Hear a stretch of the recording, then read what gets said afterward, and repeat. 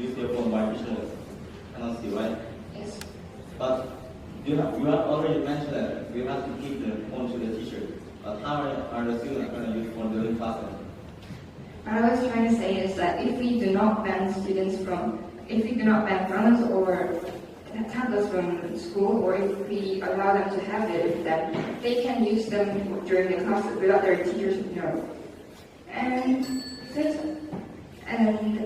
we do not believe that all students can control themselves and determine when to use their devices or not. As our second speaker has mentioned, the majority of humans' brains are not fully grown until they become adults.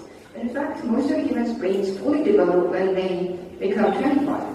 This means that students who are younger than 25 years old lack the ability to stop using their devices when needed. Lastly, students might need to use their devices for education purposes.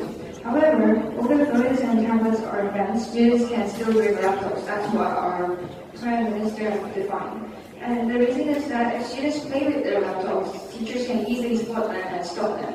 And laptops do not distract students as much as phones or tablets do, according to the Journal of Behavioral Addiction. And therefore, instead of phones or tablets, students can still use laptops to participate in the class. And the organization has mentioned that teachers and schools can protect students in cases of natural disasters. But what we were trying to say was that there are systems where schools can contact their students' parents to inform them, not to protect them. That I think that was kind of our point. And now let me move on to my point. The opposition has continuously mentioned that the students using their phones during their breaks has no problem. However, the students' job is to focus on their schoolwork and classes. Frequently using phones or tablets, especially for non-education purposes, will decrease the ability to focus on their assignments. In fact, according to the Journal of Behavioral Addiction in 2019, people who used phones before working on puzzle-solving tasks took 90% longer and showed 22% lower accuracy compared to those who used computers or papers before it. This shows that even if students don't use their phones or tablets during the classes, it will still affect them negatively if they use them during their breaks. In addition to that, as our previous speakers have mentioned, smartphones and tablets are easily accessed compared to laptops. All we need to do to use them is to click a button and turn them on. Together with their small sizes, the simplicity of accessing those mobile phones and tablets will allow students to easily use them without letting their teachers know. This feature is definitely a serious distraction to students during their classes. Also, we do not believe that all students have the ability to control themselves and determine. So, and to this point, we have talked about whether or not mobile phones should be banned or not.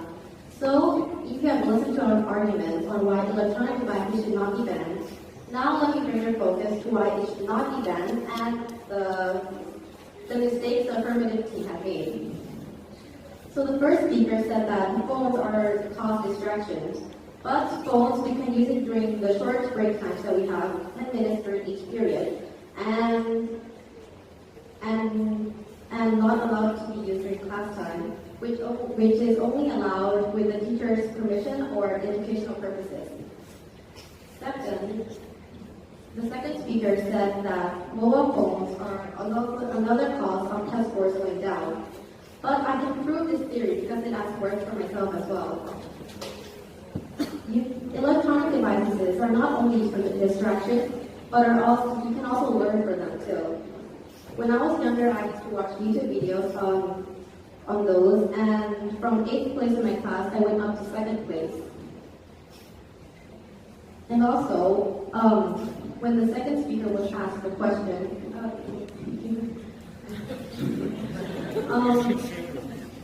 about electronic devices being able to use for PowerPoint and presentation, he couldn't answer the question.